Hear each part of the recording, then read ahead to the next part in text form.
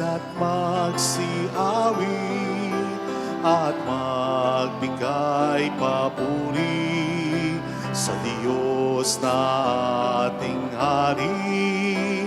Halina at lumapit, magalak ang bawat isa.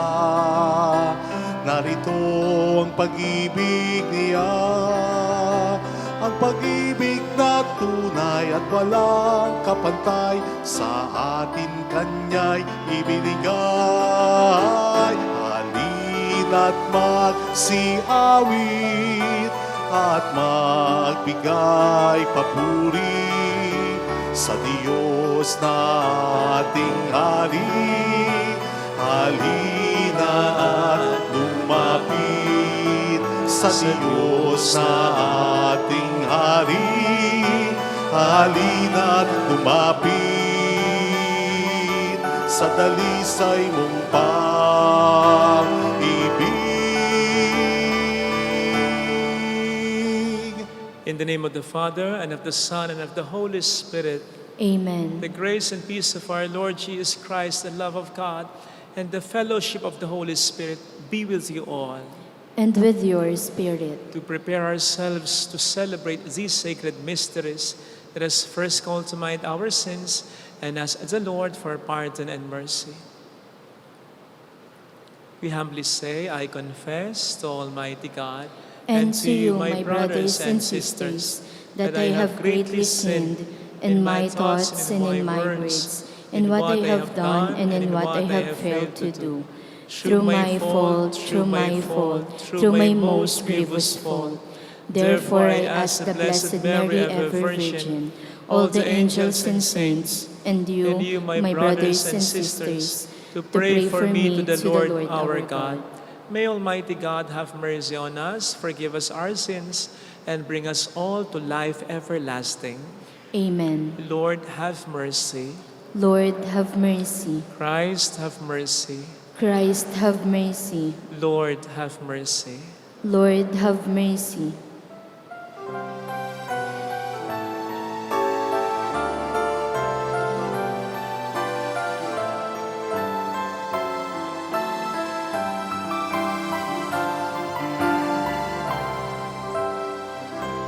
Luwalhati sa Diyos sa kaitaasan, kaloob sa lupa ay kapayapaan. Pinupuri ka, ipinagdarama, sinasamba ka dahil sa dakila mong kaluwalhatian.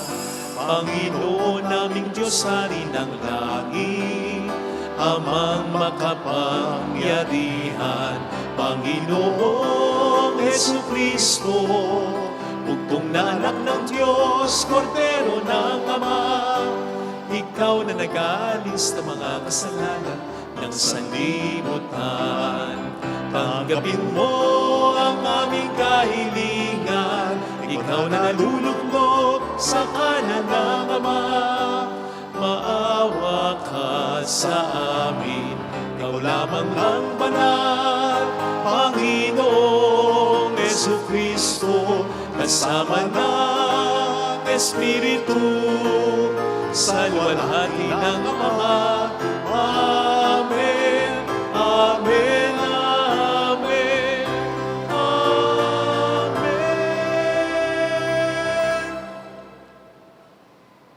Let us bow our heads and let us pray.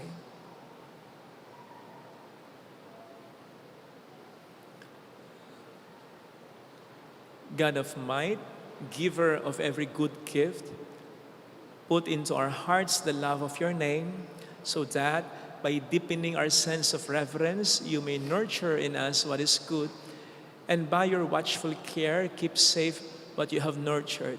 Through our Lord Jesus Christ, your Son, who lives and reigns with you, in the unity of the Holy Spirit, one God, forever and ever. Amen. On the first reading, Moses exhorts the people of Israel to keep the statutes and commandments of the Lord as a sign of their love and thanksgiving to Him. A reading from the book of Deuteronomy. Moses said to the people, "Now Israel, hear the statutes and decrees which I am teaching you to observe, that you may live and may enter in and take possessions of the land, which the Lord, the God of your fathers, is giving you. In your observance of the commandments of the Lord your God, which I enjoin upon you, you shall not add to what I command you, nor subtract from it. Observe them carefully, for thus will you give evidence of your wisdom and intelligence to the nations, who will hear of all these statutes and say, 'This great nation is truly a wise and intelligent people.' For what great nation is there that has God so close to it as the Lord our God is to us whenever we call upon Him? Or what great nation has statutes and decrees that are as just as this whole law, which I am setting before you today?" The word of the Lord. Thanks be to God. The one who does justice will live in the presence of the Lord. The one who does justice will live in the presence of the Lord. Whoever walks blamelessly and does justice, who thinks the truth in his heart and slanders not with his tongue, The one who does justice will live in the presence of the Lord. who harms not his fellow man, nor takes up reproach against his neighbor, by whom the reprobate is despised, while he honors those who fear the Lord. The one who does justice will live in the presence of the Lord. Who lends not his money at usury, and accept no bribe against the innocent. Whoever does these things shall never be disturbed. The one who does justice will live in the presence of the Lord. On the second reading, James insists that our faith must show itself in practice. We listen humbly and attentively to the voice of the Lord and act on His word. A reading from the letter of St. James. Dearest brothers and sisters, all good giving and every perfect gift is from above, coming down from the Father of lights, with whom there is no alteration or shadow caused by change. He willed to give us birth by the word of truth, that we may be a kind of first fruits of His creatures. Humbly welcome the world that has been planted in you and is able to save your souls. Be doers of the word and not hearers only, deluding yourselves. Religion that is pure and undefiled before God and the Father is this: to care for orphans and widows in their affliction, and to keep oneself unstained by the world. The word of the Lord. Thanks be to God.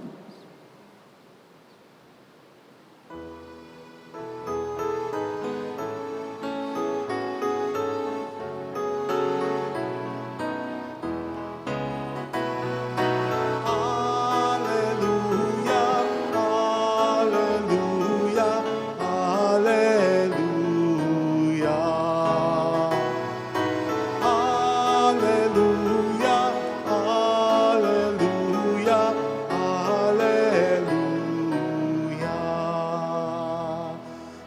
The Father willed us to give us birth by the word of truth, that we may be a kind of first fruits of His creatures. Hallelujah, hallelujah, hallelujah. Hallelujah, hallelujah, hallelujah.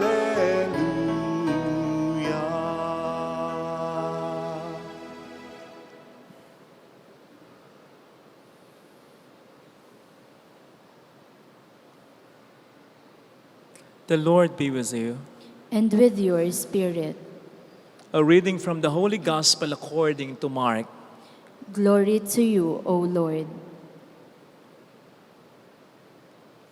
When the Pharisees with some scribes who had come from Jerusalem gathered around Jesus, they observed that some of his disciples ate their meals with unclean, that is, unwashed hands.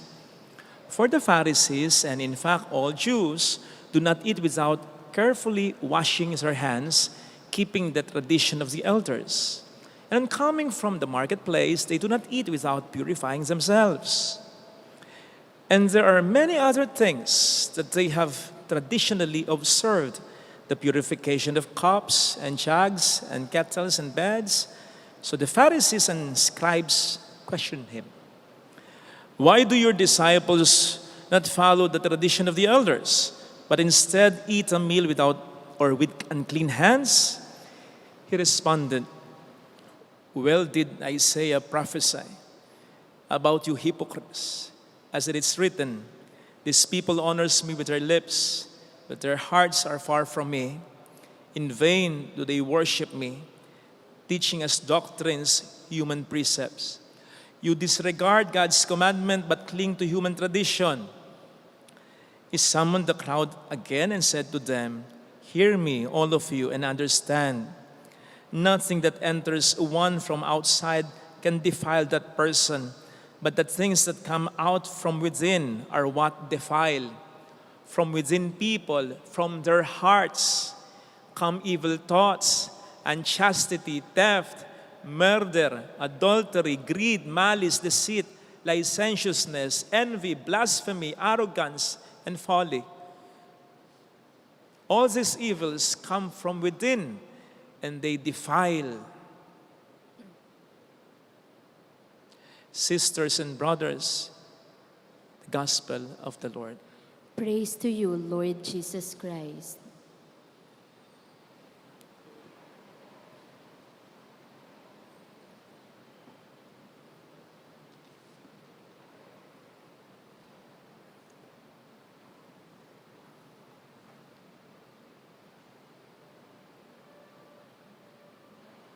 Welcome po sa Our Lady of Laslet, Quasay Parish, kung saan ayos lang umiyak. Sasamahan tayo ng mahal na ina sa pag-iyak at sa pagdarasal upang maging maayos ang lahat. Shout out sa mga kapatid nating OFW para po sa inyo ang laso na pula na ito.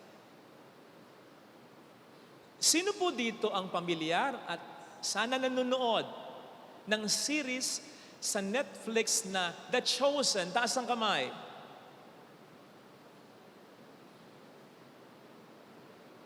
Iilan lang kami. Ano pinapanood niyo sa Netflix, ha? Panoorin niyo to. Sinisigurado ko sa inyo, mai-inspire kayo. Iba ito sa ibang mga naging series na o pelikula tungkol sa buhay at ministeryo ni Kristo. Ilang eksena pa nga lang ang napapanood ko. Talagang naiyak na ako. Iba ito. Panoorin po ninyo. Pakita nga natin, ayan, The Chosen. Bakit iba? May grasya. Bukod pa sa magaganda, makahulugan ng mga eksena, at magagaling ang mga artista.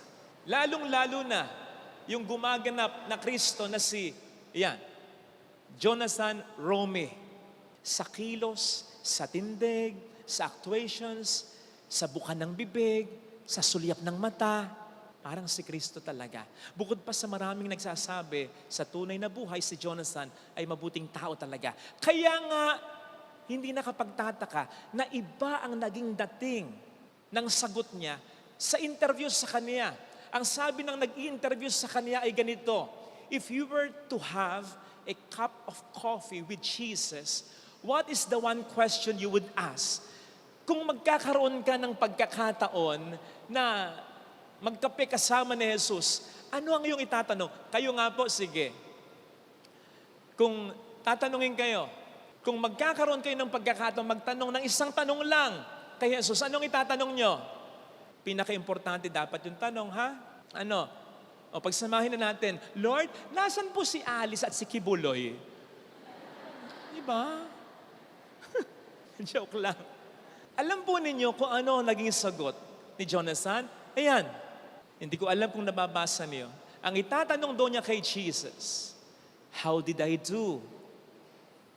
Did I get it close? Na para bang, kumusta yung naging arte ko? Nakuha ba kita? Nakopya ba kita? Kahit pa pa. Alam po ninyo, for some reasons, hindi ko ma-describe yung naramdaman ko nang sinagot niya yan. Yung nag-i-interview sa kanya, pati siya, goosebumps. Parang naiyak. Kasi hindi lamang dahil maganda yung acting niya, kundi dahil napakaganda ng tanong. At yun kasi ang dapat talaga nating laging tinatanong sa Panginoon. Lord, kamusta ba ako? Nagagaya ba kita kahit papaano? Ako ba ay totoong nagiging mabuting tao? Lalo pat nagdarasal, nagsisimba, nagsasakripisyo, nagpapakabuti naman tayo. Dapat maging conscious tayo sa tanong na ito eh. Kasi po pwedeng yung ginagawa nating pagpapakabuti ay maging pagpapaimbabaw, pagkukunwari, pagbabalat kayo tulad ng mga Pariseo. Masasayang lang ang lahat ng ito. By the way, ano bang ibig sabihin ng ipokrito? Galing ito sa salitang Grego, nang ibig sabihin ay an actor in a theater. Ang mga actors kasi dati sa teatro ng mga Greek classical drama, nagsusot ng maskara. And they would pretend to be someone they were not. So basically, ganun ang ipokrito eh. Nagkukunwari na siya yun, pero hindi talaga siya yun. Kaya mapag-imbabaw, iba yung pinapakita sa labas, sa ibabaw, sa tunay na niloloob at nilalaman ng kanyang buhay. So mag-ingat tayo, baka ang ginagawa nating pagpapakabuti ay pagkukunwari din at pagpapaimbabaw. Paano ba natin malalaman? May isang basic na paraan. Sinabi yan sa 1 Peter 1 verse 7. Ang sabi doon, kung papaano ang ginto ay dinadarang sa matinding apoy para malaman kung dalisay o tunay. Ganon din ang pananampalataya natin na mas mahalagang di hamak sa ginto. Sinusubok ito para malaman kung tunay at totoo. In other words, mag-gauge natin kung totoo yung kabutihan natin sa nagiging reaksyon natin whenever we experience suffering. Yung nasira yung sasakyan mo, may mahalaga kang lakad, hindi ka pumasa sa exam, nag-review ka naman, nalugi ka sa negosyo, wala ka pa ring anak, napagkaisan ka sa trabaho, nagkasakit ka ng malubhawang mahal mo, namatayan tayo. Ano ang nagiging reaksyon natin? Nag-iinit na ang ulo, nagagalit na sa Diyos, nawawalan ng pananampalataya. Yung iba nga sa atin, mawalan lang bigla ng wifi sa bahay. Wifi! Sinong nag-disconnect? Tawag kayo sa cloud. Iba na ang ating nagiging reaksyon. Tandaan po natin ang silver o ginto kapag pinapanday para malaman ng panday or silversmith o goldsmith na ang ginto na ay purified, na ang silver na ay purified, kinakailangan na makita niya ang reflection niya dun sa pilak o ginto na kanyang pinapantay. Dapat makita niya ang kanyang sarili na malinaw. Kapag tayo ba'y dinadarang ng Panginoon sa mga pagsubok, nakikita ba niya ang sarili niya sa atin? Ang sarili niya na nang nakabayubay sa krus, hindi katulad ng mga naibang pinako rin sa krus na kinakailangan putulin ng dila, hatakin ng dila, kinakailangan patayin na kasi ang ingay-ingay, nagmumura, sumusumpa. Siya hindi. Sa tindi ng kanyang paghihirap, wala kang narinig na mura, na pagrereklamo. At ang pinakasinabi pa niya, Ama, patawarin mo sila. Hindi nila nalalaman ang kanilang ginagawa. Kapag tayo ba'y dinadarang ng Panginoon, inaalaw ng Panginoon na makaranas sa mga pagsubok sa buhay, nakikita ba niya ang kanyang sarili sa atin? O ang mas lumulutang ay ang kagaspangan ng ating pag-uugali at ang kahinaan ng pananampalataya natin?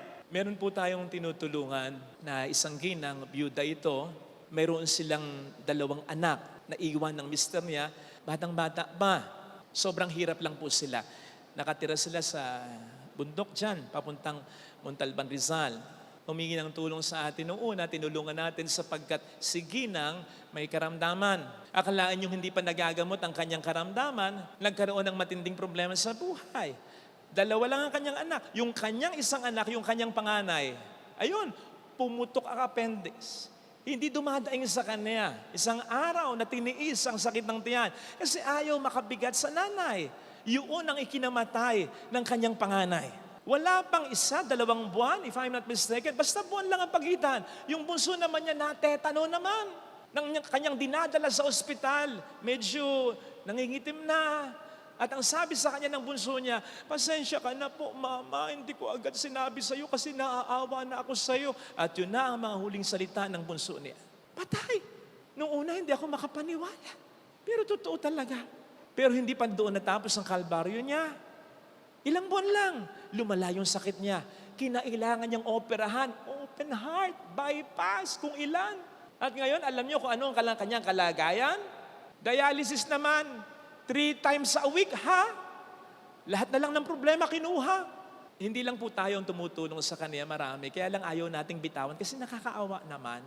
Pero nakakahanga, patuloy na lumalaban. Natanong ko nga minsan, Belinda, nakakahanga ka naman, sa kabila ng lahat ng mga nangyari, sunod-sunod pang nangyari sa buhay mo. Hindi ka nawawala ng pag-asa. Umiiyak. Sabi ni Belinda, Father, napakabuti sa akin ng Diyos noon pa. Hindi ako nawawala ng pag-asa. Pero siyang bahala. Hanggat gusto niya, lalaban pa ako para sa kanya. Alam po ninyo, hindi ako nakapagsalita. Pero nung una kasi, parang ang gusto kong sabihin sa kanya, Uy, Belinda, baka nakakalimutan mo, byuda ka. Yung 2 mong anak, wala pang 2 kinuha. Tapos ngayon, pagkatapos mong magpa-opera, bypass pa, kidney failure naman, 3 times a week, dinadialysis ka. Mahina, wala ka pang trabaho, wala. Tapos mabuti ang Diyos talaga. But I really saw in her kung anong laman ng puso niya. Pananampalataya talaga. At hindi yung mga pangit na nangyari sa kanya. You see, our sufferings will reveal what is in our hearts. Itatambad sa atin ng mga paghihirap kung ano ang ating nasa sa puso. Halimbawa, mayroon akong daladalang tasa, puno ng kape, may laman ng kape, binunggo mo ako, anong mangyayari? Liligwak yung kape, tatapon yung kape. Pero hindi dahil binangga mo kaya may lumigwak, tumapon na kape. Kundi dahil ang laman ng tasa ay kape. Kung gatas ang laman ng tasa, ang liligwak, hindi kape, kundi gatas. Likewise, kung galit, hinanakit, selos, inggit, masamang pag-iisip, negatibong bagay ang laman ng ating puso, yan ang liligwak kapag binunggo tayo ng pagsubok sa ating buhay. Kaya mag-ingat kung ano ang pananatilihin nating laman ng ating kalooban. Ang sabi ni San Pablo sa atin sa Ephesians 4:26-27, if you're angry, let it be without sin. The sun must not go down on your wrath. Do not give the devil a chance to work on you. Sa Tagalog, parang kung galit ka, sikapin mo, huwag kang magkasala. Huwag mong pababayaang lumubog ang araw. Nang may galit ka sa puso mo, ibig sabihin, huwag kang magtatanim ng galit. Huwag mong pagbibigyan ang demonyo na maka-first base sa'yo. Siguro dyan ang galing yung sinasabi sa mga mag-asawa, normal na magkagalit kayo, pero wag niyong pabayaan na makatulog kayo, lumipas ang magdamag na hindi kayo nagkakasundo. Na po pwede rin nating sabihin, i-paraphrase sa ating sarili. Normal na magalit, normal na magkaroon ng hinanakit, normal na mainggit, normal na magkaroon ng masamang pag-iisip, pero i-erase mo agad. Wag mong pananatilihin, wag mong pagtagalin sa puso mo. Huwag kang magtatanim, tutubo yan. At pag tumubo yan, hindi na magiging authentic ang paggawa natin ng kabutihan sapagkat iba ang nilalaman ng ating kalooban. At delikado yan kapag meron na tayong mga paghihirap na naranasan. Kailan ba may tumawag sa akin, best friend ko pa, pero ilang mga salita pa lang yung nasasabi niya, parang naramdaman ko na, binara ko na siya, sabi ko, pre, tigil na. Kung yan ay tungkol lang dun sa naninira sa akin, huwag mo nang sabihin. Ayoko nang isipin. Wala po tayong magagawa sa mga nangyayari sa labas natin, pero may magagawa tayo kung ano ang tatanggapin natin sa loob natin at pananatilihin natin sa puso natin. Alagaan natin ang puso natin. Kaya mga kapatid ha, magandang paalala, pakiramdaman natin ang sarili natin. Whenever we experience suffering, anong lumalabas sa atin? Anong nagmamanifest sa atin? Anong reaksyon natin? Kapag negatibo, something is wrong sa atin. Isagad na natin. Kasi marami sa inyo, hindi ko na mabilang actually. Napakarami na. Isesettle ko na ito ha. Para sakaling may mangyari din sa inyong ganito, huwag nyo na sa akin ikukumpisal ito kasi ito ang sasabihin ko sa inyo kahit masaktan kayo. Ang daming nangunkumpisal, Father. Ang daming pong pangit na nangyari sa buhay ko kaya nawalan na ako ng pananampalataya sa Diyos. Ngayon ko sasabihin itong totoo. Kung marami nang nangyaring pangit sa buhay mo at nawalan ka ng pananampalataya, kapatid, sorry, pero ibig sabihin nun wala ka talagang pananampalataya. Kasi lumutang lang yun, pinakita lang sa'yo ng Panginoon yun. Nagsisimba ka lang, nagdarasal ka lang, gumagawa ka ng mabuti, pero wala kang personal na relasyon sa akin. Hindi ka talaga naniniwala sa mga sinasabi ko at sa mga pangako ko. Hindi talaga personal ang relasyon natin dalawa. Yun ang sinasabi sa atin ni Kristo. Ngayon, if despite our sufferings, maganda yung kondisyon natin, sumasampalataya tayo, mabuti pa rin yung reaksyon, yung kalalaga, disposition natin, mas lalo sanang lumakas ang kalooban natin. Kasi ibig sabihin nun, tama ang pananampalataya natin. Ibig sabihin nun, kakayanin natin ano man ang problema na nararanasan natin. Natatandaan po ninyo yung istorya ni Job. Di ba ang sabi ng demonyo, kaya lang naman sumasampalataya sa iyo yan, dahil may kabuhayan yan, masaya pamilya yan. Kunin ko pamilya yan. Kunin ko kabuhayan yan. Tingnan ko lang kung sampalatayanan ka pa yan. Sabi ng Diyos, sige, huwag mo lang sasaktan. Bakit malakas ang loob ng Diyos? Kasi alam niyang lahat. Tandaan natin na ang Diyos lamang ang nakakakita sa puso ng tao. Hindi ang demonyo. Kung alam ng demonyo na matibay ang pananampalataya ni Job, hindi na niya bubusitin si Job.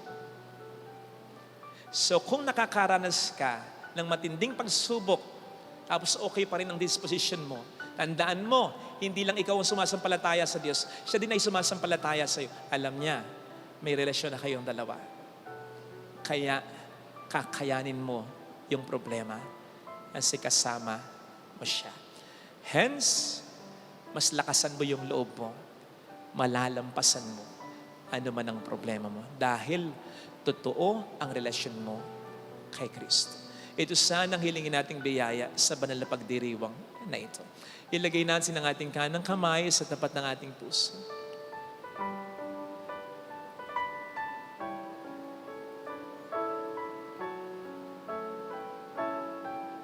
Awitin natin.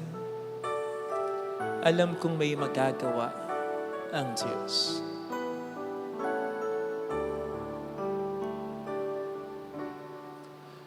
Alam kong may magagawa ang Diyos. Alam kong may magagawa. Alam kong may magagawa Walang imposible sa ang Diyos. kung ako'y magtatapat. Kung ako'y magtatapat Sa Kaniya'y maglilingkod. sa Kaniya'y maglilingkod. Alam kong may magagawa ang Diyos. May magagawa Alam kong diringhin ng Diyos ang samo ko, Alam kong diringgin ng Diyos sapagkat mahal niya. ang samo ko. Alam kong diringhin ng Diyos ang samo, Alam kong diringgin ng Diyos sapagkat anak ang niya. samo ko. Kung ako'y magtatapat, Kung ako'y magtatapat sa Kanya'y maglilingkod, sa Kanya'y maglilingkod, alam kong diringhin ng Diyos ang samo. diringgin ng Diyos Pikit natin ang ating mga ang mata. samo ko. Panginoon, ang dasal ng mga disipulo noon ay dinadasal ko rin ngayon. Dagdagan mo pa ang aking pananampalataya. Hindi ko maikakaila, kino-question din kita. Hindi ko maikakaila, kuminsan parang nagtatampo rin ako. Hindi ko maikakaila, kuminsan parang ako'y nangihina. Pero nandito pa rin naman ako. Ibig sabihin, hindi nawawala ang pananampalataya ko. Humihina lang kahit papaano. At alam ko naman din na tulad ng pakikitungo mo kay Job, naintindihan mo ito. Basta ang mahalaga, hindi ako bibitaw sa iyo. Alleluia! Purihin ang Diyos. Alleluia! Pasalamatan natin siya. Siya ay muling babalik sa atin. Hindi niya tayo iiwan. Hindi niya tayo pababayaan. Paniwalaan natin yan. Alleluia! Purihin ang Diyos. Alleluia! Sa takdang panahon ay babalik ang Panginoon upang tayo ay kunin tapat siya sa kanyang mga pangako sa atin. Sabihin mo sa sarili mo, mayroong magandang mangyayari sa iyo. Higit pa sa inaasahan mo, sapagkat mahal ka ng Diyos, pakatandaan mo. Kung minsan nangibabaw lang yung takot, nahaluan ka lang ng pangamba, nahaluan ka lang ng pagdududa, pero sa totoo lang, may pananampalataya ka. Palakasin mo lang. Basta i-erase mo lang agad ang pagdududa, ang takot, ang pangamba. Pwedeng magtanong kung minsan, pero at the end of the day, let go and let God. Hayaan mo sa mga kamay ng buong may kapal. Glory to the Father, and to the Son, and to the Holy Spirit. As it was in the beginning, is now, and ever shall be, world without end. Amen. I believe in God, the Father Almighty, Creator of heaven and earth, and in Jesus Christ, His only Son, our Lord, who was conceived by the Holy Spirit, born of the Virgin Mary, suffered under Pontius Pilate, was crucified, died, and was buried. He descended into hell. On the third day, He rose again from the dead. He ascended into heaven and is seated at the right hand of God, the Father Almighty. From there, He will come to judge the living and the dead. I believe in the Holy Spirit, the Holy Catholic Church, the communion of saints, the forgiveness of sins, the resurrection of the body, and life everlasting. Amen. Offertory.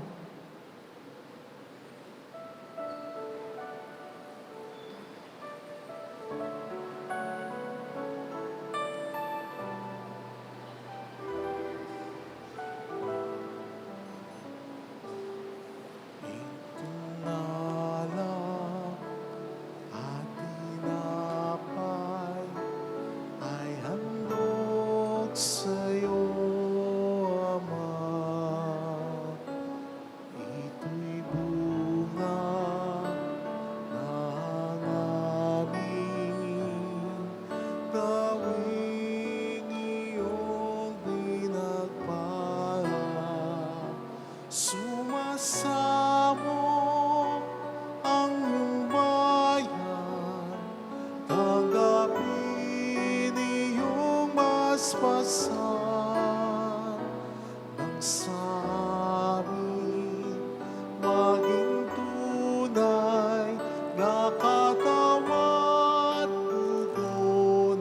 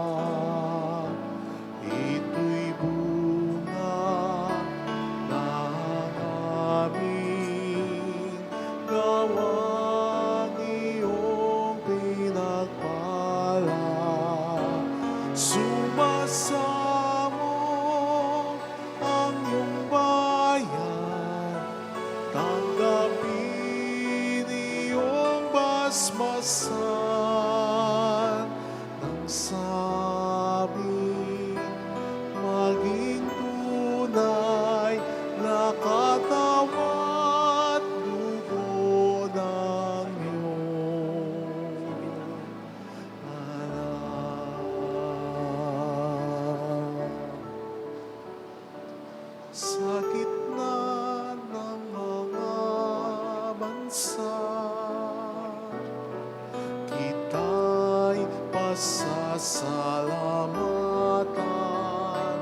Panginoon, ika'y pupurihin sa gitna ng iyong bayan. Itong alak at tinapay ay handog sa'yo, Ama. Ito'y bunga ng aming gawang iyong pinagpala. Sumasamo ang iyong bayan, tanggapin iyong basbasan ng sabi, maging tunay na katawan at dugo ng iyong anak.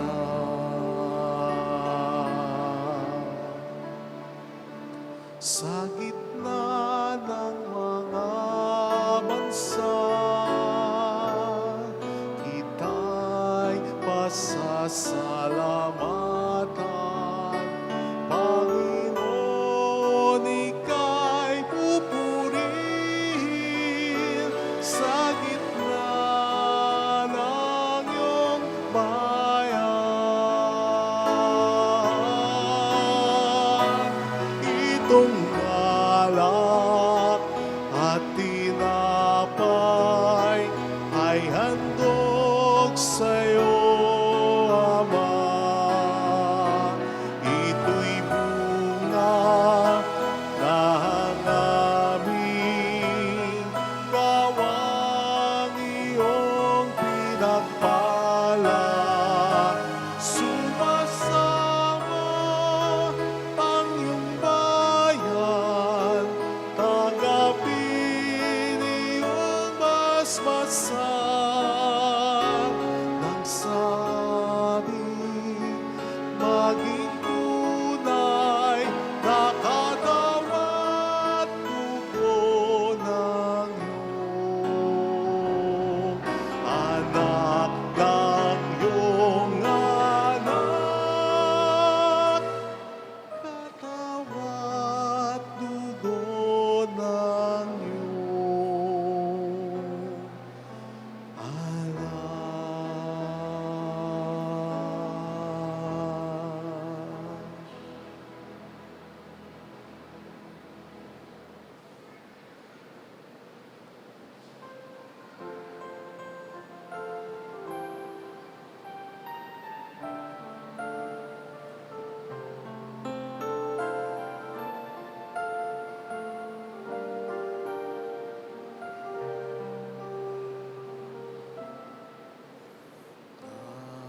Hayag ang iyong kadakilaan sa tinapay at alak na laan. Patikim ng dulot mo, kaligtasan, halik ng langit sa iyong sambayanan.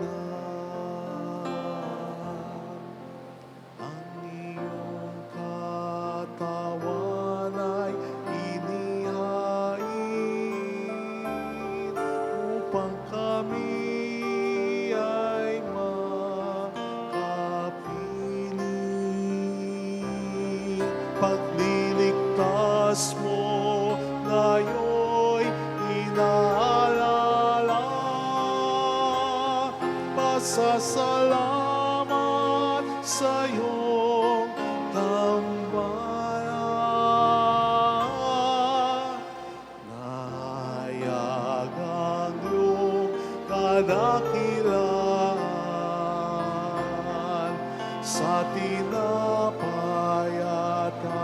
kalakalan. Patikim ng dulot mo, kaligtasan. Halik ng langit sa amin iyong sambayanan. Pray, sisters and brothers, that our sacrifice may become acceptable to God, the loving Father. May the Lord accept the sacrifice at your hands for the praise and glory of his name, for our good and the good of all his holy church. May this sacred offering, O Lord, confer on us always the blessing of salvation, that what it celebrates in mystery, it may accomplish in power through Christ our Lord. Amen. The Lord be with you. And with your spirit, Lift up your hearts. we lift them up to you. Let us give thanks to the Lord our God. It is right and just. It is truly right and just, our duty and our salvation, always and everywhere, to give you thanks, Lord, Holy Father, Almighty and eternal God, for in you we live and move and have our being. And while in this body, we not only experience the daily effects of your care, but even now possess the pledge of life eternal, for having received the first fruits of the Spirit, through whom you raised up Jesus from the dead, we hope for an everlasting share in that Paschal mystery. And so with all the angels, we praise you, as in joyful celebration we acclaim, Holy, Holy Lord God of hosts, heaven and earth are full of your glory. Hosanna in the highest. Blessed is he who comes in the name of the Lord. Hosanna in the highest. You are indeed holy, O Lord, the fount of all holiness. Make holy, therefore, these gifts, we pray, by sending down your Spirit upon them like the dewfall, so that they may become for us the body and blood of our Lord Jesus Christ. At the time he was betrayed and entered willingly into his passion, he took bread, giving thanks, broke it, gave it to his disciples, saying, "Take this, all of you, and eat of it. For this is my body, which will be given up for you."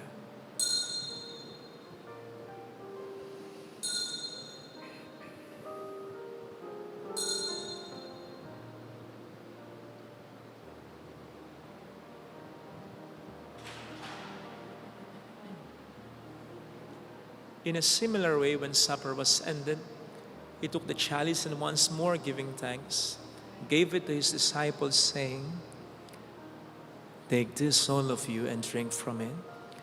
For this is the chalice of my blood, the blood of the new and eternal covenant, which will be poured out for you and for many for the forgiveness of sins.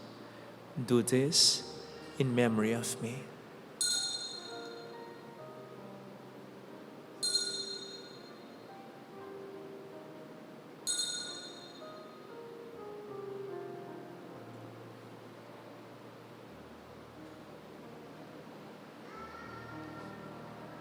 Let us proclaim the mystery of our faith.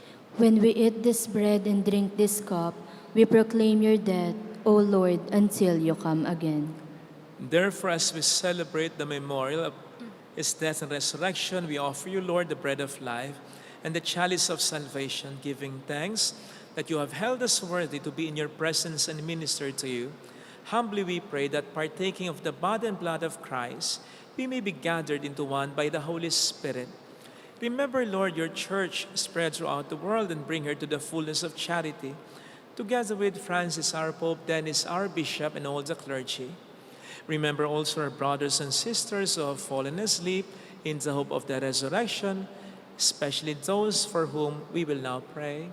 Let us bow our heads, and at this moment we remember our departed loved ones.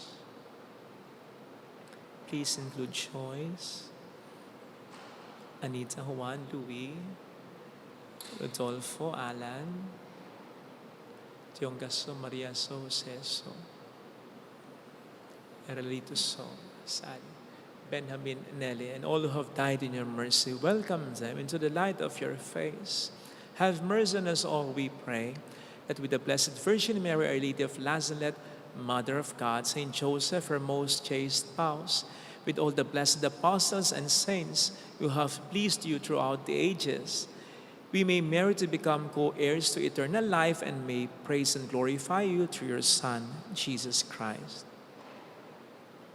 Through him and with him and in him, O God, Almighty Father, in the unity of the Holy Spirit, all glory and honor is yours forever and ever. Amen. Jesus taught us to call God our Father, and so we have the courage to say,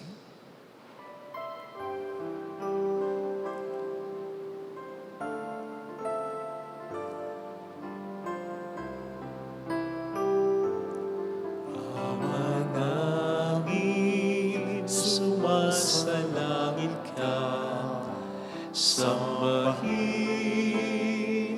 ang ngalan mo, mapasarin ang kaharian mo, sundin ang loob mo dito sa lupa para na sa langit. Bigyan mo kami ngayon Ng aming kakanin sa araw-araw at patawarin mo kami sa aming mga sala para na pagpapatawad namin sa nagkakasala sa amin at huwag mo kaming ipahintulot sa tukso at ihadya mo kami sa lahat ng masama.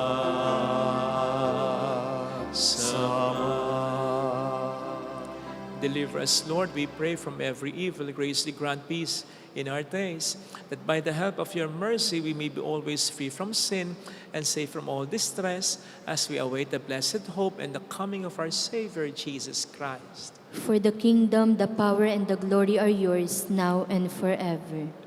Lord Jesus Christ, who said to your apostles, "Peace I leave you, my peace I give you," look not on our sins, but on the faith of your church, and graciously grant her peace and unity in accordance with your will, who live and reign forever and ever. Amen. The peace of Jesus be with you always. And with your Let spirit. us offer one another the sign of God's peace. His peace, kapayapaan.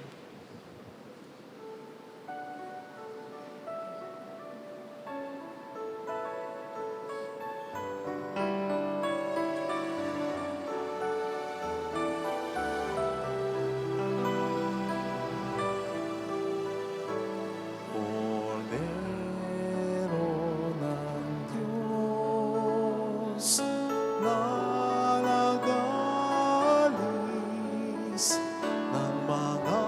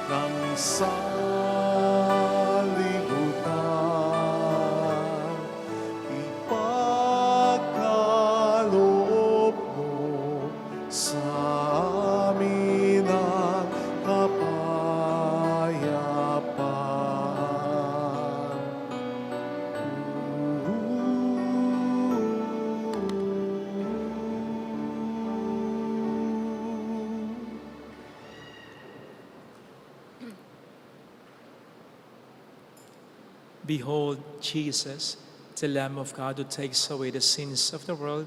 Happy are those invited to receive him. Lord, I am not worthy that you should enter under my roof, but only say the word, and my soul shall be healed.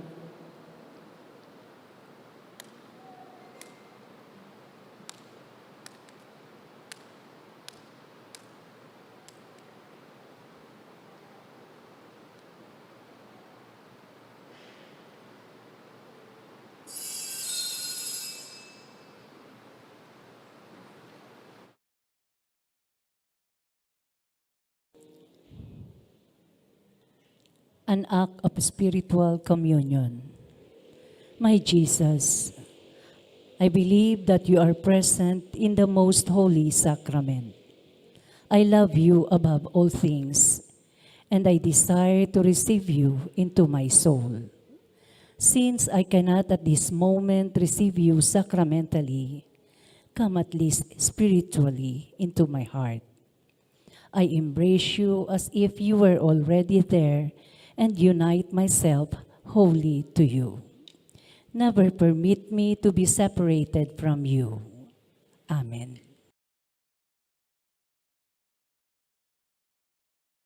Ngunit salamat, tayo'y natagpuan. Binigyan niya ng kalayaan. Tanging kay Jesus mayroong tagumpay.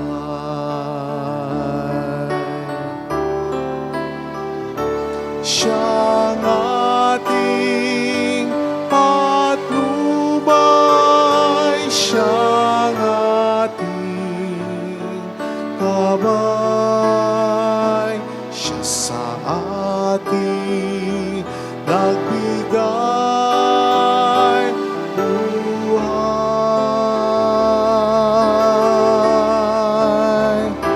Si Jesus ang katotohanan, si Jesus ang daan.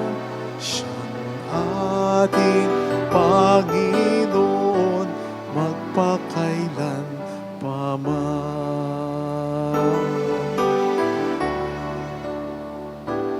At ngayon sa ating buhay, sa tuwina siya'y nagbabantay. Ang pag-ibig niya'y tunay na walang kapantay.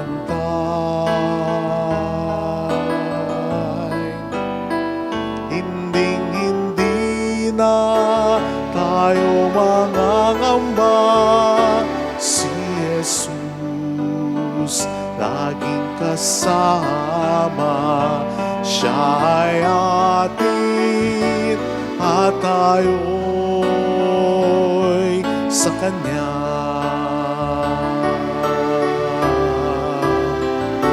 Siyang ating patnubay, siyang ating gabay, siya sa ating nagbigay buhay.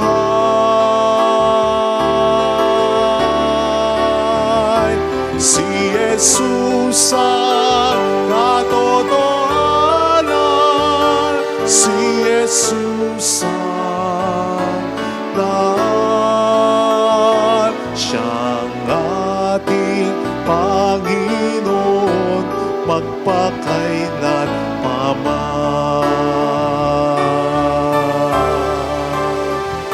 Siyang ating patnubay, siya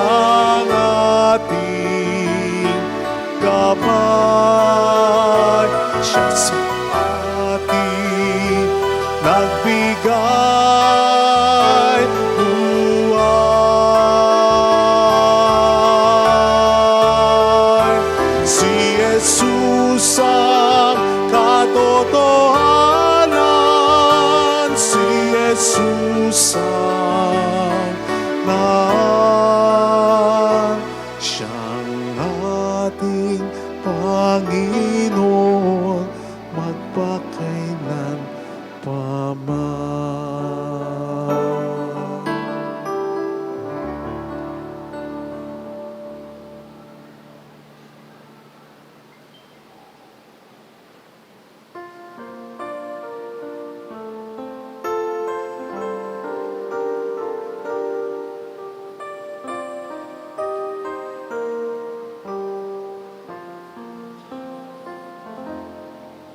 Salamat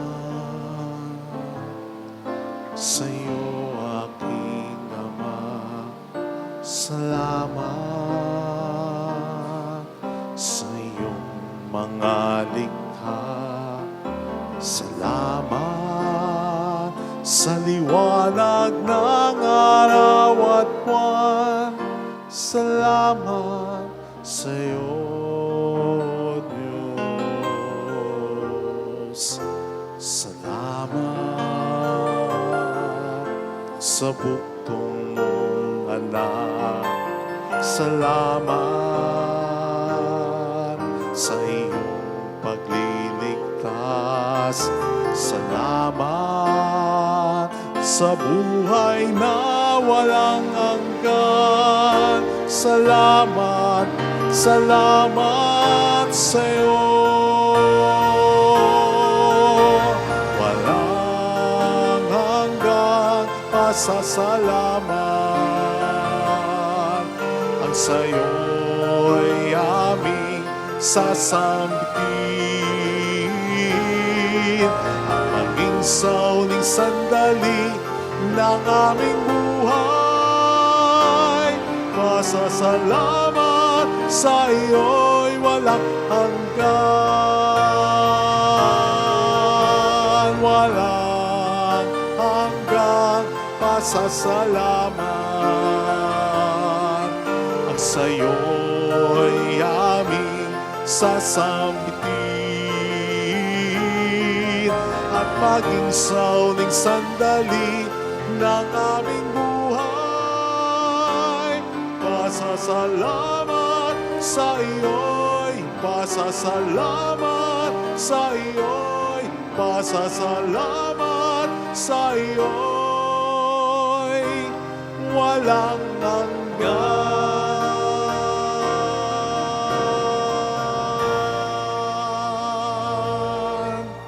Let us pray.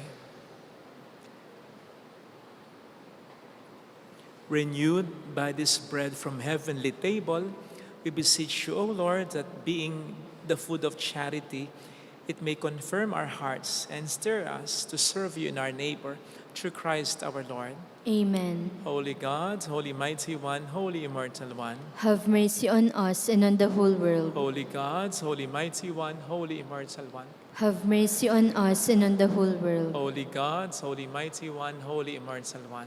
Have mercy on us and on the whole world. Jesus, King of Mercy, We trust in you.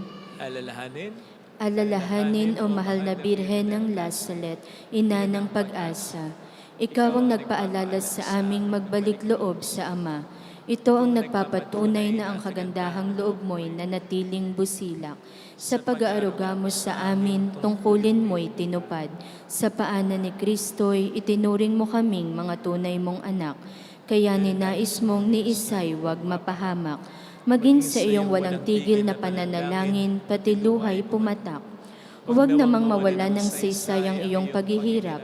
Hiling nawa namin sa iyo, o aming inang liyag, na matapos ang pakikibaka namin sa mundong ito at sa pananatili naming tapat kay Kristo, sa kapurihan mo'y makibahagi kaming ganap, upang kung nasaan ka ngayon ay maparoon din kaming lahat. At ang kaganapan ng kaluwalhatian ng Diyos Amay tuluyang matupad siya nawa. mahal na Birhen ng Lasalet, tagapagkasundo ng mga makasalanan. Ipanalangin mong walang patid kaming mga dumudulog sa iyo. Maraming salamat po sa patuloy niyong pagtulong, sa suporta sa Sovereign Shop, sa mga nag-aali ng alkansya, sa suporta sa Three Nails and a Crown, at sa pag-share ng ating mga live masses and videos.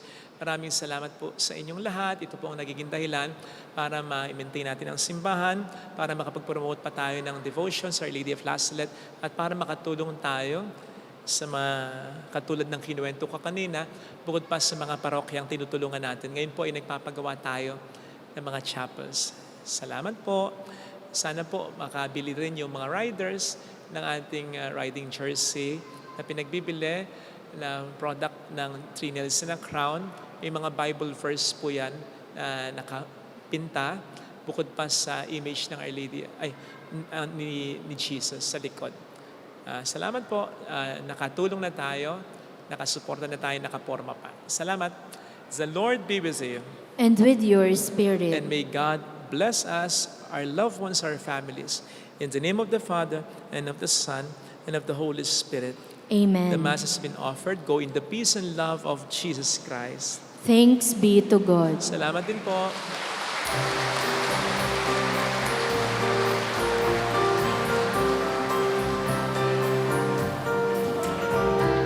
Aming iniaalay ang pag-ibig na walang kapantay. O kay sarap mabuhay kung may nagmamahal, pagmamahal na tunay at laging naisay. Ang Birhen kong umibig ay walang sintamis, pagsintang sa kalinis, sa'yo hanggang langit. O Birhen, Birheng mahal, sa awit at sa dasal, aming iniaalay ang pag-ibig na walang kapantay.